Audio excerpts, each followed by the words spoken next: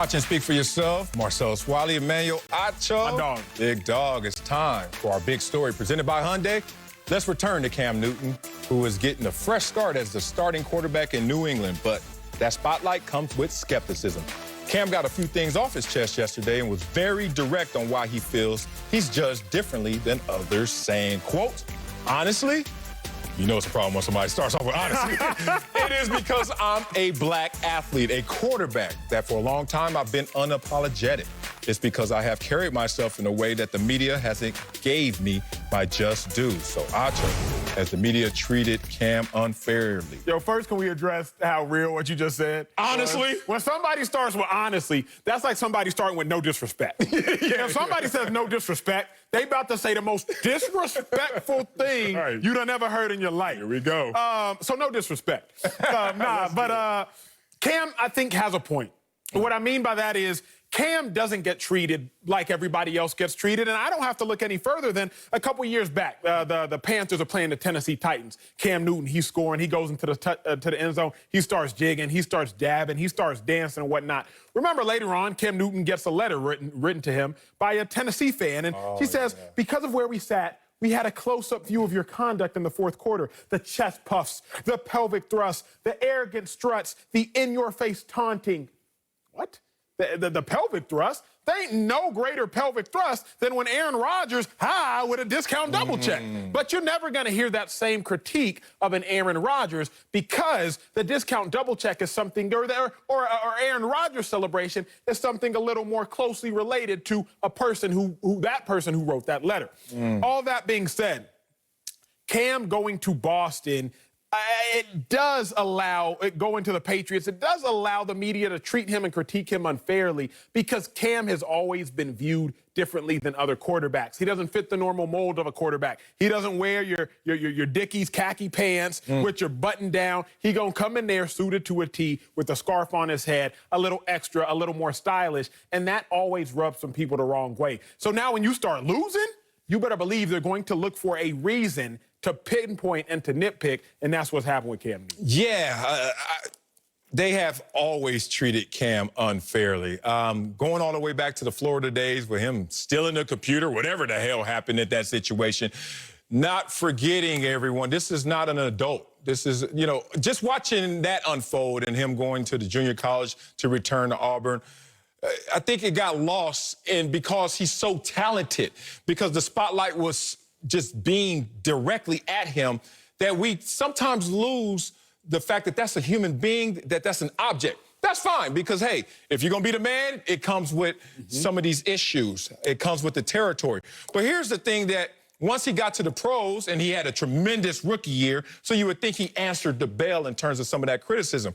But it just started to increase. And I knew it was unfair when Cam Newton would do all that dancing and first down and dabbing. But then he would walk to the railing right on the stadium wall and hand a ball to all types of kids, just baby's kids, bad kids, good kids, all these kids. And come on, I've been a fan before I was ever a player. Just to meet, I remember meeting Gaston Green. A lot of people probably don't even know who he is. And just going to a UCLA football camp, and I got to see Gaston Green. And Gaston Green signed my ball. And Gaston Green had a 2-second conversation with me. And I'm still talking about it, and I'm 45 years old. I'm lighting up right now. Cam Newton was doing that, and that got perceived as a selfish act, attention-seeking. When I saw that, I said, oh, we got to clean this lens or switch the lens, because they're not looking at Cam correctly. Yeah, you're exactly right. And I think it's funny because so many people forget the good in Cam Newton and they nitpick at the bad. Now, again, I also think on the flip side, Cam Newton forgets a lot of the good and he focuses in on the bad. But to your point, we talk about Cam Newton, the great Cam Newton, handing balls to fans in the stands. Like, we forget how much of an impact positively that has. I remember I was maybe 10, 11, 12. Mike Williams, Jaguars receiver, throws a glove into the stands. I'm like, oh my God, oh my God. The fact that I remember my story and you remember your story decades later and a decade and a half or 2 decades later, that just shows the positive impact of Cam Newton has had on so many people that he doesn't necessarily get the credit for. So is Cam treated unfairly?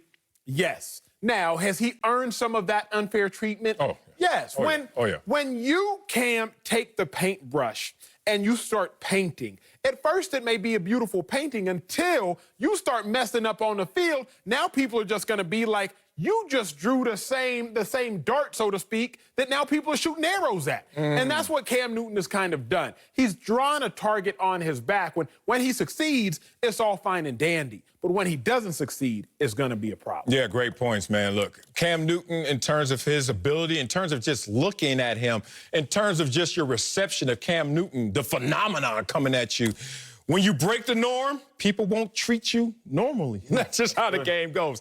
Lavar is back with us. Lavar, big dog, has the media treated Cam unfairly to you? I got to be honest. Y'all was supposed to laugh. We going deeper than this? Here we go. Here we go. No, they have not been unfair to him. They have not treated him unfairly.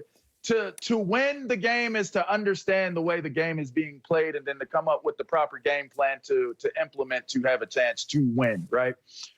Before Cam Newton came, there were plenty of black athletes, plenty of black quarterbacks that came that could possibly have the argument that they've been treated unfairly. But one thing you got to understand about media, they're very fickle and they're very, very weird. They're weird people. They're big fans, right? And so when you mess up with the media, they never let it go, ever. So you touched on it. When he got that situation in college with the laptop, that started it all. And I can relate to this because I was labeled something in college by the coaches, and it was always there. It was always looming if something didn't go the right way, right? So I understand this. The problem here with Cam is you're talking about a guy who has been flagrantly amazing as a football player and as an athlete. And doing so, take a look, like you guys touched on it, right? His fashion, he's a fashionista, right? This guy, he looks good, he dresses nice, and his personality fits that, right? So he's unapologetic. His mindset is, I don't really care what you think about me. I'm going to come out and I'm going to be the type of guy that I want to be. Now, this is interesting because with all of those things being said about how he is a cultural icon, how he is a fashionista, marches to his own beat and his own drum, his identity is based off of him ripping open his shirt and revealing the what? The Superman, right? All right, if you know, most of these media people are comic book cornballs, right? So when you think about it, you have now associated yourself with the nerdiest reporter in media, the nerdiest dude in media, and the humble servant when he's not the corny dude with no game. So he's not a fashionista when he's not Superman, and he's a humble servant when he's Superman, right? This is Cam Newton. These people, if you don't think they're dissecting these things and looking at it, Superman is considered to be American. All right, that's the American way. And now Cam is coming with this American way, but with his own stank. So they're not going to look at him giving the ball to the kids in the front row. I know Cam has been doing 7-on-7 teams for many years. He puts his own time, money, resources into these 7-on-7 deals, and nobody ever really covers it. Nobody ever pays attention to it. But yet in 2016, we'll take the bait. We'll take what's being out there. He walked off in one of the biggest moments of his career. Just walks out of the interview. Bam, check. Here it is. Now we can control him. Okay, 2017. He laughs at a woman reporter because she asked him about route progressions. Okay, let's jump on that and talk about that. Everybody in media is looking for story material. When you've put yourself on the radar as being story material worthy by how well you play, by how you dress, driving clicks, all kinds of different things, they are going to take the road less traveled, or excuse me, many times traveled rather than the road less traveled.